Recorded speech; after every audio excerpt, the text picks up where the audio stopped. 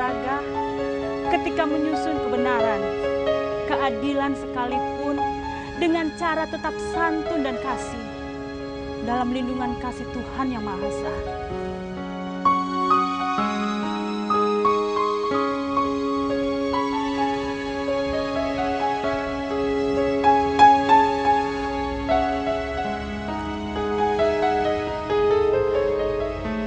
Ibu adalah tangan kasih Tuhan, sengaja dijulur menyayangi sepanjang masa.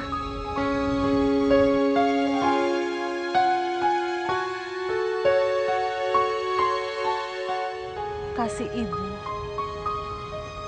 ibarat darah, nafas, semangat yang selalu didamba.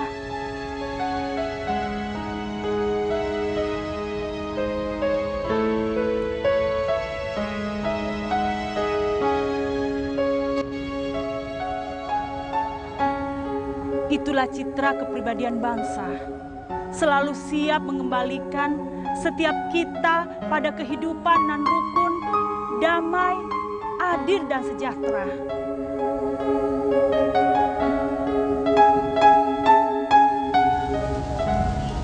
Biasanya disebutkan bahwa seorang penyair ketika menuangkan idenya dalam bentuk sajak ataupun kita sebut puisi, itu diilhami oleh apa yang terjadi di sekitarnya.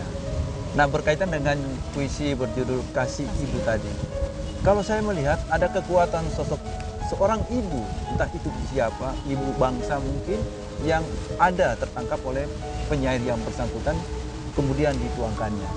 Kalau Anda setelah menyuarakan puisi tadi, apa yang Anda tangkap?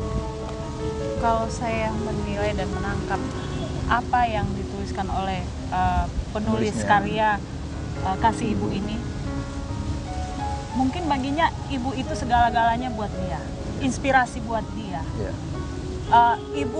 Ibu segala-galanya di dalam rumah tangga, ibu bisa juga di ibu bangsa barangkali. Kalau kita tarik pembuktiannya, kalau Anda sendiri sebagai seorang seniwati muda, sosok ibu bagi Anda itu seperti apa? Ibu segala-galanya buat saya dan inspirasi buat saya. Termasuk pengayom yang menasihati. Barangkali itu yang bisa kita cerna dari puisi ibu tadi. Bagaimana air mata itu, air mata kecintaan seorang ibu kepada anaknya, kepada bangsa. Kalau puisi yang lain seperti karya Bung Aspar, Kerja Sang Keparat atau Rakyat Bayang-Bayang, saya melihat ada semacam kritik sosial yang ditangkap oleh Bung Aspar tadi, atau katakanlah Pak Aspar tadi. Kalau menurut Anda bagaimana? Saya membacakan puisi beliau itu karena saya melihat kondisi sekarang di mana para pemimpin hanya bisa menjanjikan kepada rakyat. Bahkan dengan kondisi sekarang, rakyat hanya menjadi korban atas janji-janji mereka itu. Dan ini bagi saya dan menilai ini adalah kepentingan sosial. Jadi dengan kata lain, Anda Bung Rini melihat bahwa Pak Aspar membuat puisi itu berasal dari kondisi kehidupan sekarang.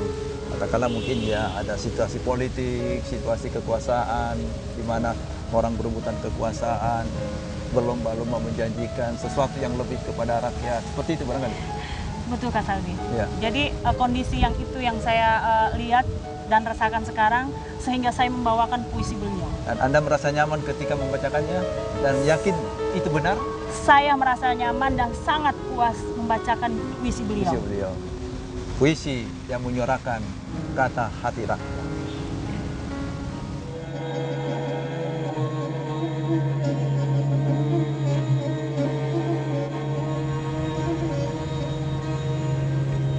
Ini mata sudah menangis. Air mata dan keringat mengucur. Basah menimbun rerumputan. Bau amis darah.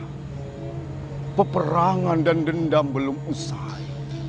Sementara kelaparan terus menjadi kenyataan yang tak pernah usai. Manusia memakan manusia.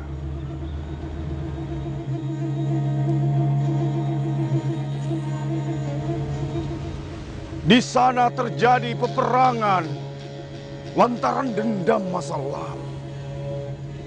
jadi irama hidup anak-anak bangsa dan mengoyak kisah-kisah abadi moyangnya.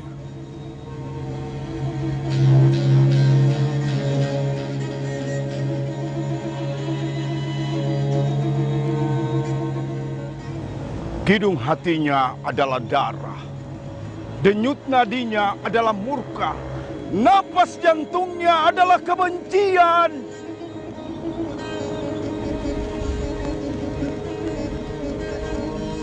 Hari ini, sekian ribu manusia tak berdosa, terkapar di jalan, terpanggang bara api. Sementara pemimpin-pemimpin bangsa dan wakil-wakil rakyat menyatakan perjuangan kemanusiaan dan menyebutnya kesturi-kesturi semerbak kuntum, sambil tangannya menggenggam mesiu berbau darah.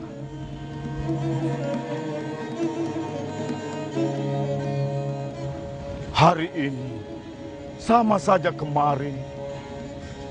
Ini mata sudah menangis.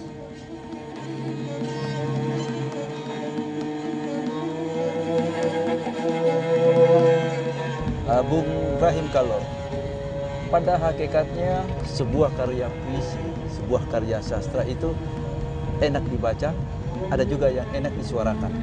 Karena dalam acara puisi tak kali ini, mengapa Anda memilih karya-karya Djoko Sudarmono, seorang penulis nasional, dan juga Bung Hairudin Hakim, itu penulis Kota Makassar. Apakah Anda melihat ada sesuatu yang istimewa dalam perenungan-perenungan kedua penyair ini yang dituangkan dalam bentuk karya puisi? Ya, saya memilih Selamat Pagi Indonesia. Oh, yang saya tangkap di situ, kita sebagai rakyat Indonesia, saya melihat sebuah motivasi, Ya. melihat kondisi Indonesia saat ini. Walaupun puisi itu sudah ditulis berwaktu yang lalu. Iya, Ya. jadi sangat relevan dengan kondisi Saat ini. Indonesia. Tapi saya yakin bahwa Indonesia ke depan tentu Indonesia lebih maju.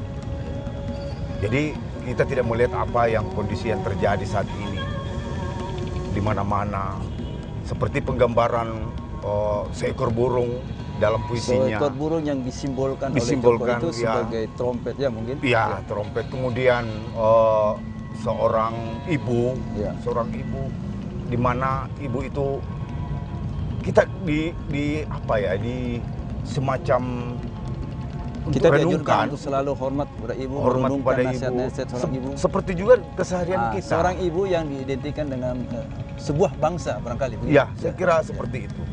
Jadi buat kita, mari kita dengan puisi ini kita lihat, mari kita berkarya. Tentang bicara air mata tadi, ya kita tinggalkan Pak Bung Djoko tadi dengan Hairudin Hakim. Hairudin Hakim saya melihat adalah potret sebuah latar Seorang belakang ya, dengan perubahan-perubahan zaman yang saya melihat di situ, dengan kondisi saat sekarang, dengan apa gejala-gejala sosial yang terjadi. Sekalipun Bung Hairudin ini kita tahu berdomisili dan lahir di Makassar. Lahir di Makassar, dan ini sangat tepat. Tapi pandangannya sudah menasional. Sudah menasional. Jadi seperti kelaparan ya, pertikaian antara kelompok, antar politik, partai politik. Ya, sementara di dalam puisinya saya melihat bahwa wakil-wakil rakyat ya, dan pemimpin-pemimpin bangsa yang dia katakan itu cuma memperjuangkan dirinya sendiri. Diri sendiri gitu.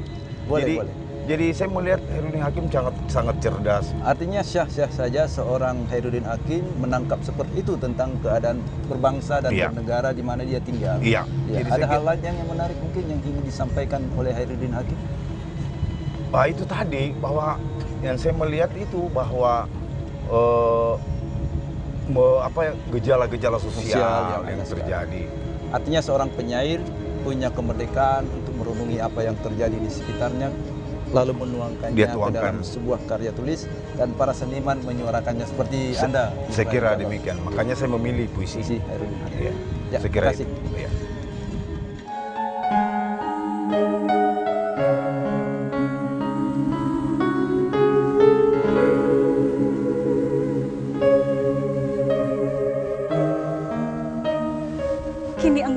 berpestalah. Itu pantas buatmu. Karena di siang tadi telah engkau tuntaskan kerja besarmu di atas kertas.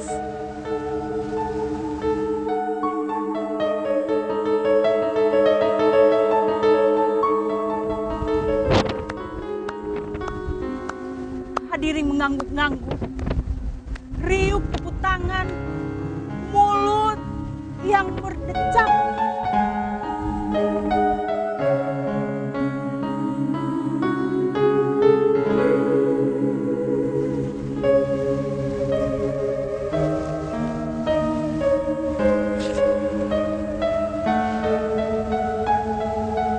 Ketika jalan-jalan tol karyamu longsor, ketika jembatan-jembatan beton karyamu roboh,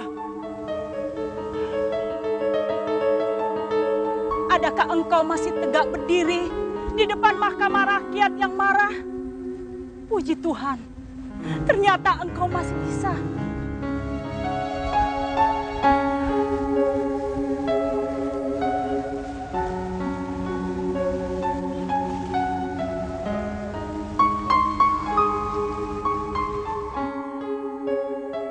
Waktu pun merangkak dan orang-orang kembali riuh bertepuk tangan ketika engkau bacakan rencana yang baru. Keparat kamu.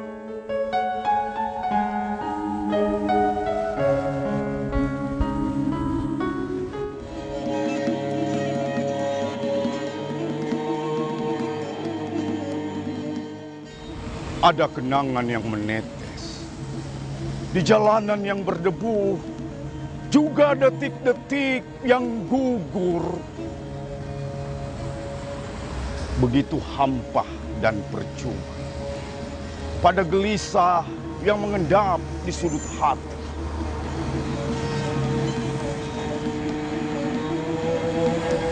Antara dua kota, perjalanan seperti rumput kecil menguning di pinggir perigi yang bening.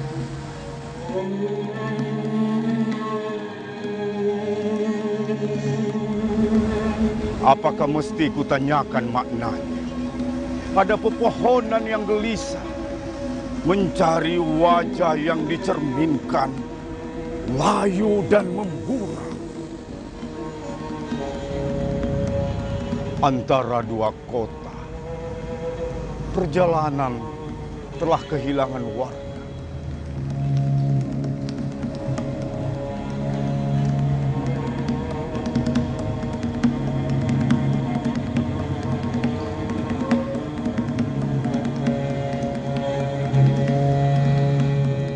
Puisi sebagai sebuah karya sastra memang sangat menarik untuk disimak.